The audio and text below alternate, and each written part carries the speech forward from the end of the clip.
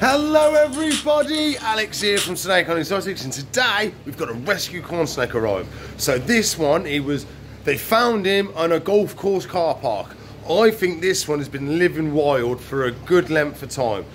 He's very chunky and stuff like that. He came in very wild. He has calmed down a lot now. So what happened was they came in this like box thing that he was trying to get out of.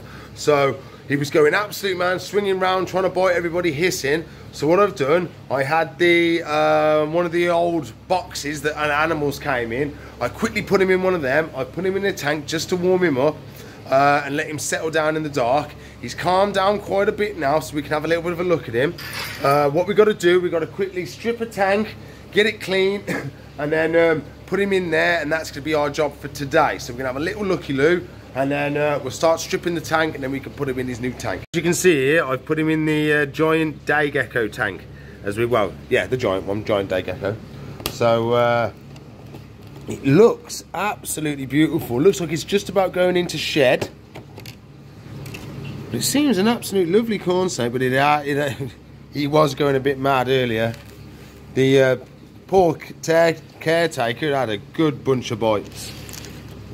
But he seems to have calmed down a lot more now. Hey, buddy.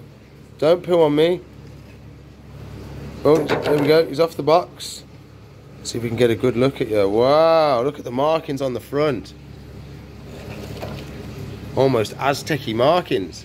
Then he's got the line going all the way down. What a beautiful snake. He's calmed down so much now. Oh, wow, ain't you? Oh, calm down. Oh, it's like a different snake. He must have been so scared, but he's calmed down absolutely loads.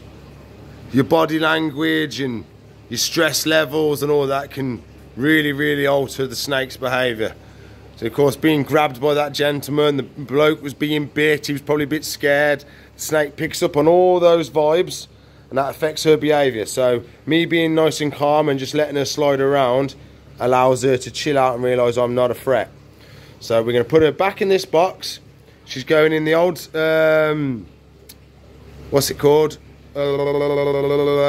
European Eyed Lizard tank. So we'll clean that. She can go in there. Absolutely beautiful.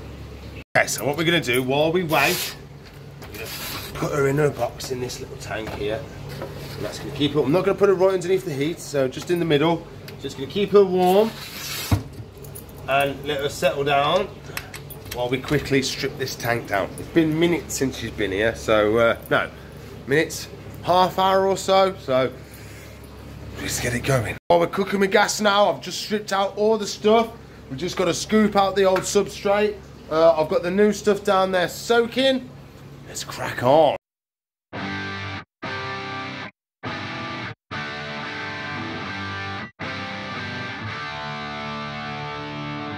We need the F10, little wiper-rooney, and away we go. Oh, now we get to fill it up as soon as I can find the scoop. Dunno. I'm terrible. Say I can't see the wood for the trees. Okay, nice fresh cocoa. So we're not going to go too deep.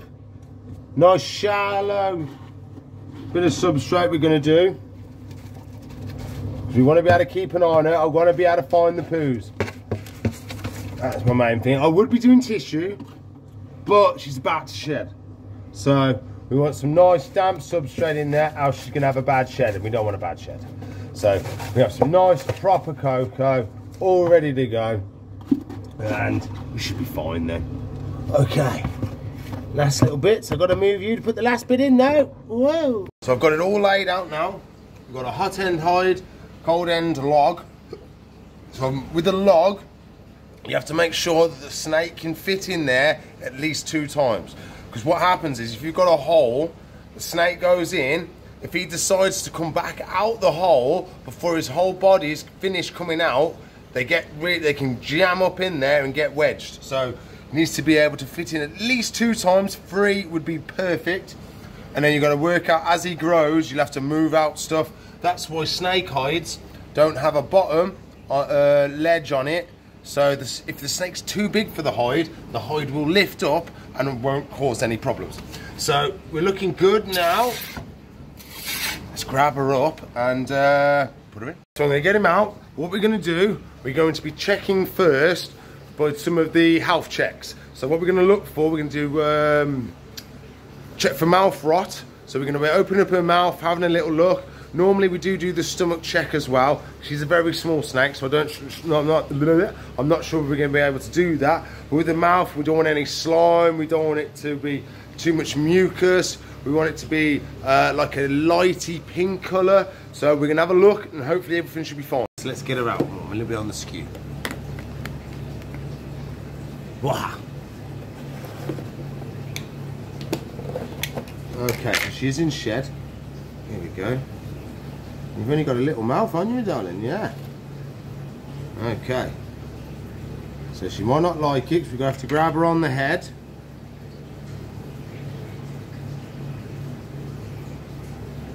She's very tiny, so I've got to be very careful how we do it. There we go. That's nice. So I can hold it a bit like that. Okay, darling. So what we're going to do, we just put it in the side of her mouth. I've got to hold her a little bit tighter. I'm okay, darling. I'm okay. Nice and gentle. So we just weasel it in.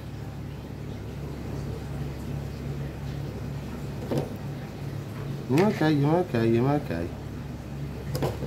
Calm down. You're okay, you're okay.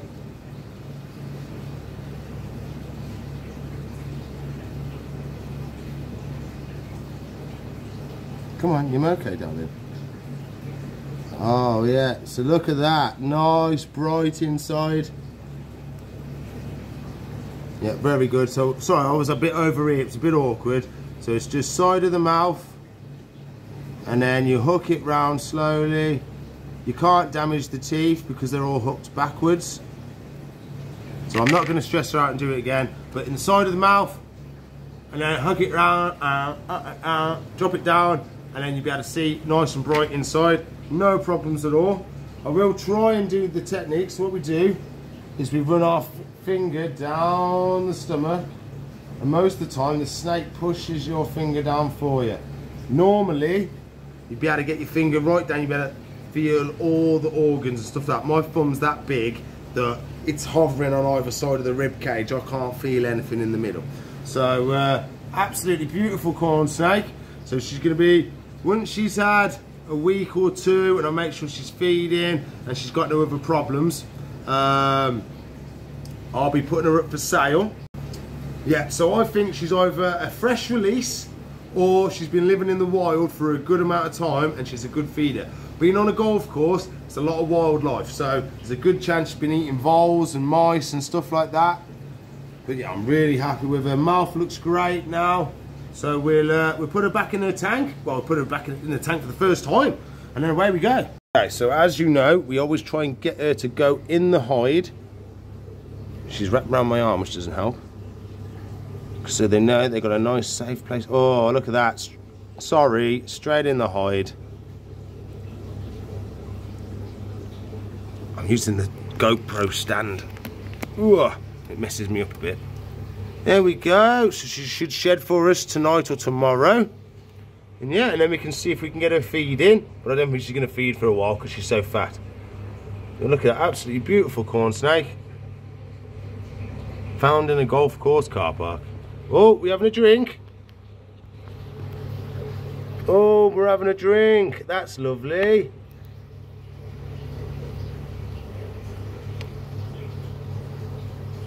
Oh, fresh drinky.